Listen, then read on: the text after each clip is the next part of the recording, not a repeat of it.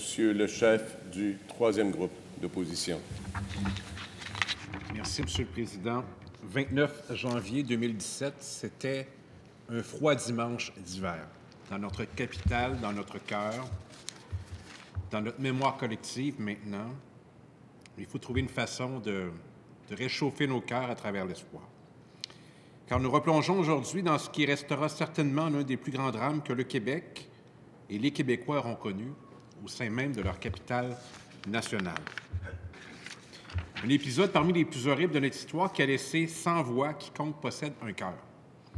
L'horreur ici même, dans la capitale, sur coup, personne n'y croyait et osait y croire. Comment une telle chose est-elle possible ici?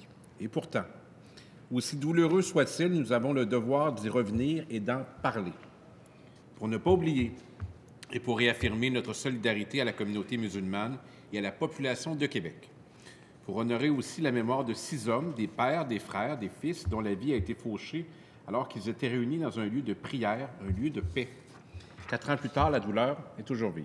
J'ai évidemment une pensée pour les familles et les proches à qui on a si injustement, si cruellement enlevé un être cher.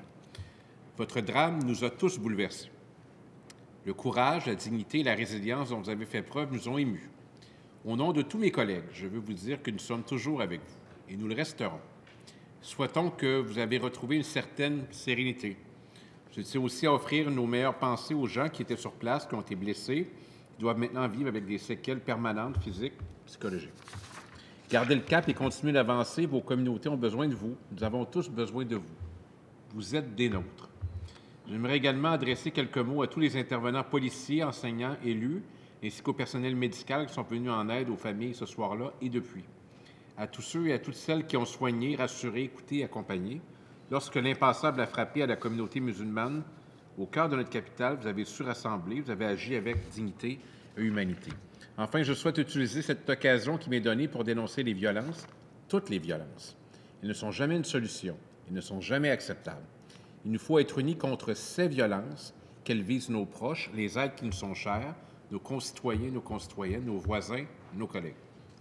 Notre nation s'est bâtie sur l'accueil, sur l'entraide. Nous avons toujours fait preuve au fil de notre histoire d'une solidarité exemplaire, les uns envers les autres. Et c'est aussi ce qu'il faut retenir du 29 janvier 2017.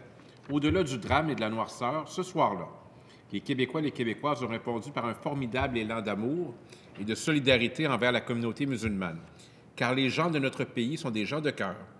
J'ajouterai en terminant qu'à nos devoirs de mémoire et de solidarité s'ajoute celui de la bienveillance, pour que le Québec reste pour tous et pour toutes une terre de paix, de justice, d'espoir, de rêve et de liberté. Merci, Monsieur le Président. Sur ce, j'invite les leaders parlementaires à m'indiquer le vote de leurs groupes respectifs, suivi des députés indépendants. Monsieur le leader du gouvernement. Pour. Monsieur le leader de l'opposition officielle. Pour. Monsieur le leader du deuxième groupe d'opposition. Pour. Monsieur le leader du troisième groupe d'opposition. Pour. Monsieur le député de Chemédé. Pour. Madame la députée de Marie-Victorin. Pour. Cette motion est donc adoptée. Je vous demande de vous lever à ce moment-ci pour observer 1 minute de silence.